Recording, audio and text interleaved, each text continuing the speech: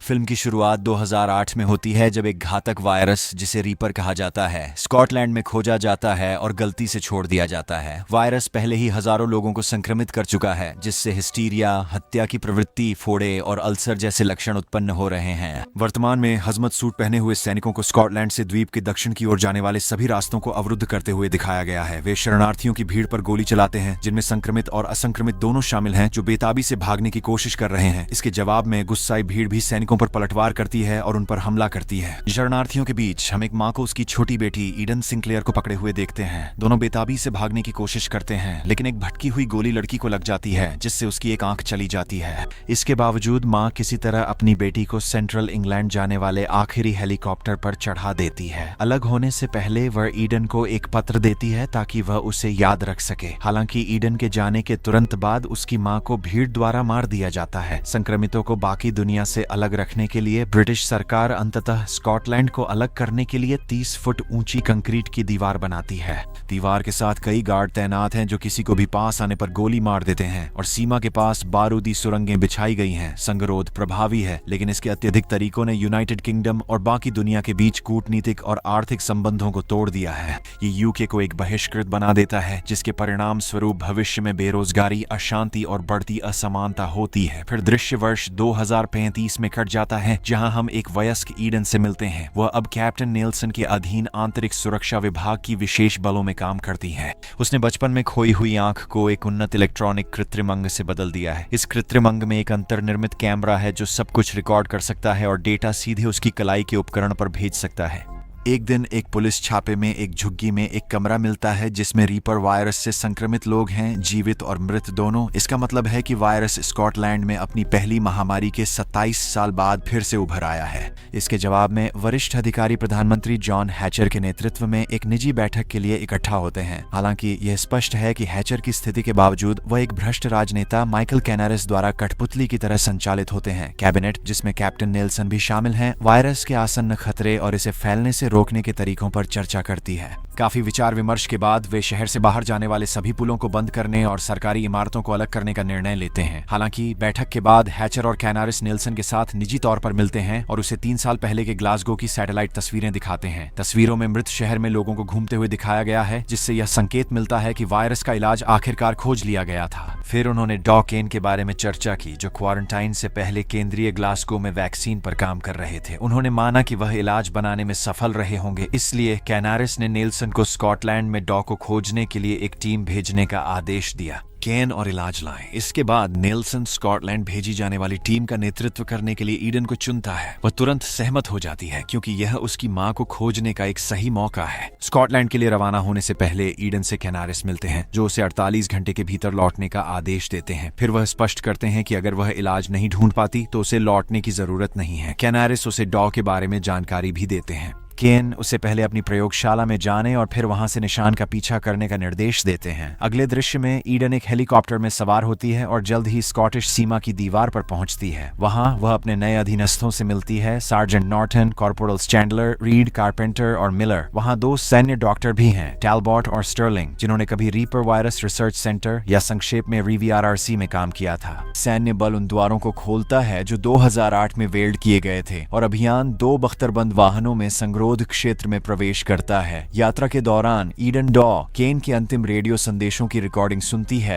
जिन्होंने सैनिकों के साथ मिलकर अस्पताल की रक्षा की थी। रिकॉर्डिंग के माध्यम से वह ग्लासगो में हुई सामूहिक मौतों, हिंसा के भयावहता और नरभक्षण के बारे में जानती है। जल्द ही वे उस अस्पताल पहुंचते हैं जहां डॉ केन काम करते थे, लेकिन पता चलता है कि वह लंबे समय से छोड़ दिया गया है। थोड़ी देर बाद एक कमजोर महिला अचानक इमारत के सामने बाहर दिखाई देती है। ईडन जल्दी से अपनी टीम को आदेश देती है कि उसके पास न जाएं, लेकिन चैंडलर को लगता है कि उसे मदद की जरूरत है। ईडन के आदेशों की अनदेखी करते हुए वह महिला की ओर दौड़ता है और उसकी मदद करने की कोशिश करता है। वह जल्द ही उसकी बाहों में गिर जाती है और चैंडलर के पास उसे उनके वाहन में ले जाने के अलावा कोई विकल्प नहीं बचता। इसी समय ईडन और उनकी टीम पर अचानक चाकू और डंडे लिए हुए जंगली लोगों का हमला हो जाता है। ये लोग रंगीन पेंट और टैटू से ढके हुए हैं और पंक रॉकर्स की तरह दिखते हैं। ईडन की टीम जोरदार मुकाबला करती है और कई हमलावरों को हरा देती है, लेकिन कारपेंटर और मिलर इस प्रक्रिया में मारे जाते हैं। जल्द ही जंगली लोग बख्तर बंद वाहन पर मोलोटोव कॉकटेल फेंकने लगते हैं। ईडन जल्दी से वाहनों को पिछले निकास की ओर ले जाने का आदेश देती है,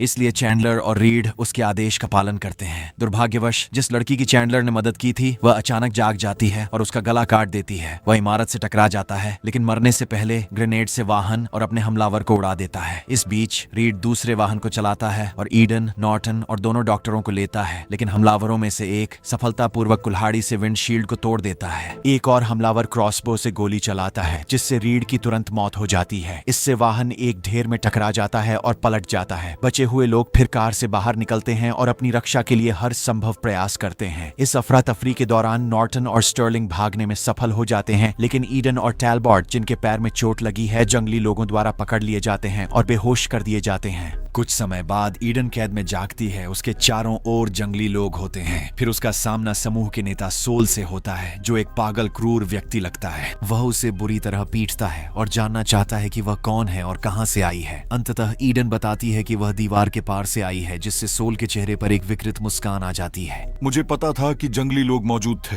वह खुशी से कहता है कि कैन उनसे झूठ बोल रहा था, यह दावा करते हुए कि दूसरी तरफ कुछ नहीं है। यह सुनकर ईडन पूछती है कि क्या कैन अभी भी जीवित है और कहती है कि वह उससे मिलना चाहती है। हालांकि सोल जवाब देता है कि बूढ़ा आदमी बेकार है और अपनी योजना का खुलासा करता है कि वह ईडन का उपयोग करके दीवार पार करना चाहता है। इसके बाद सोल अपने गार्ड को आदेश देता है कि वह ईडन पर खड़ी नजर रखे, यह जोर देते हुए कि उसे जीवित रहना चाहिए। जाने से पहले सोल की गर्लफ्रेंड वाइपर ईडन को अपना जीपीएस लोकेटर दिखाती है, उसे फर्श पर गिराती है और अपने बूट से उसे तोड़ देती है। फिर सोल एक बलिदान समारोह में पहुंचता है, जहां वह अपने पंख अनुयायियों को इकट्ठा करता है और उन्हें बताता है कि कैन उन्हें झूठ बोल रहा था। वह वादा करता है कि वे अंततः इस जगह को छोड़ सकेंगे और भीड़ खुशी मनाती है। इसके बाद सोल अपने अनुयायियों को घोषणा करता है कि रात का खाना परोसा जाने वाला है। चौंकाने वाली बात यह है कि रात का खाना टैलबोट है, जिसे एक बड़े ग्रिल पर जिंदा भून दिया गया है। आदमी के अंततः गुजर जाने के बाद जंगली लोग उसे टुकड़ों में काटते हैं और खाने लगते हैं। थोड़ा नमक हो सकता है। नहीं, तेल। मुझे लगता है कि इसमें पाप्रिका की जरूरत है। इस बीच ईडन अपने टूटे हुए जीपीएस से एक तार का उपयोग करके अपनी हथकड़ी खोलती है। फिर वह बाहर खड़े गार्ड को पकड़ती है और उसे सेल का दरवाजा खोलने के लिए मजबूर करती है। डरा हुआ आदमी मान जाता है और दरवाजा खोलता है, जिसके बाद ईडन तुरंत उसे मार देती है। वह जाने लगती है, लेकिन एक और कैदी जिसका नाम काली है उससे बात करती है और पूछती है कि क्या वह उसे भी रिहा कर सकती है। ईडन शामिल होने से मना कर देती है, लेकिन काली समझाती है कि वह कैन की बेटी है और उसे उसके पास ले जा सकती है। यह अंततः ईडन को मना लेता है, लेकिन अचानक वाइपर आ जाता है। फिर दोनों महिलाएं एक तीव्र तलवार लड़ाई में उलझ जाती हैं, लेकिन अंत में ईडन को बढ़त मिलती है और वह वाइपर का सिर काट देती है। इसके बाद वह काली को रिहा करती है और दोनों वहां से भाग निकलती हैं।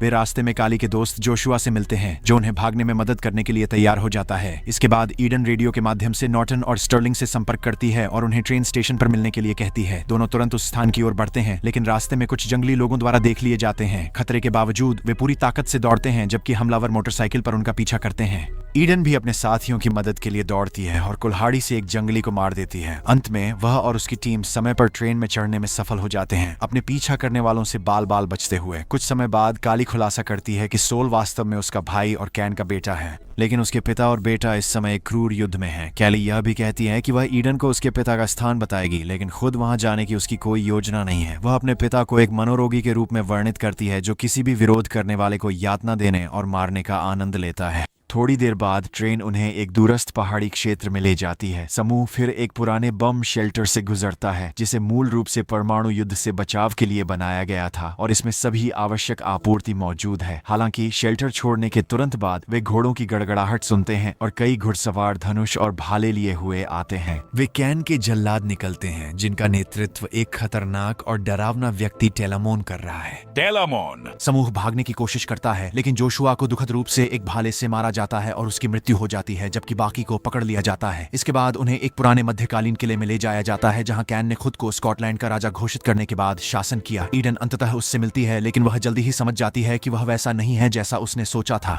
कैन ये खुलासा करता है कि उसने इस स्थान को इसलिए चुना क्योंकि उसे पता था कि वे शहरों पर नजर रखेंगे। उसका मानना है कि यह आदिम बंद समाज सबसे विश्वसनीय है और यह दीवार के बाहर जीवन के अस्तित्व के बावजूद जीवित रहेगा। जब ईडन यह बताती है कि रीपर वायरस वापस आ गया है और वह वैक्सीन की तलाश में आई है, तो कैने उसे बेरुखी से बताता है कि कोई वैक्सीन नहीं है। यह पता चलता है कि यहाँ बचे हुए कुछ स्कॉट्स ने बस वायरस के प्रति प्रतिरक्षा विकसित कर ली है। अपनी शक्ति बनाए रखने के लिए कैन ईडन और उसके साथियों को फांसी देने का आदेश देता है। वह मनोरोगी अपनी बेटी को भी नहीं बख्शता और उसे किसी भी संक्रमण से मुक्त करने के लिए गर्म लोहे से दागने का आदेश देता है। उसे कुटीज है।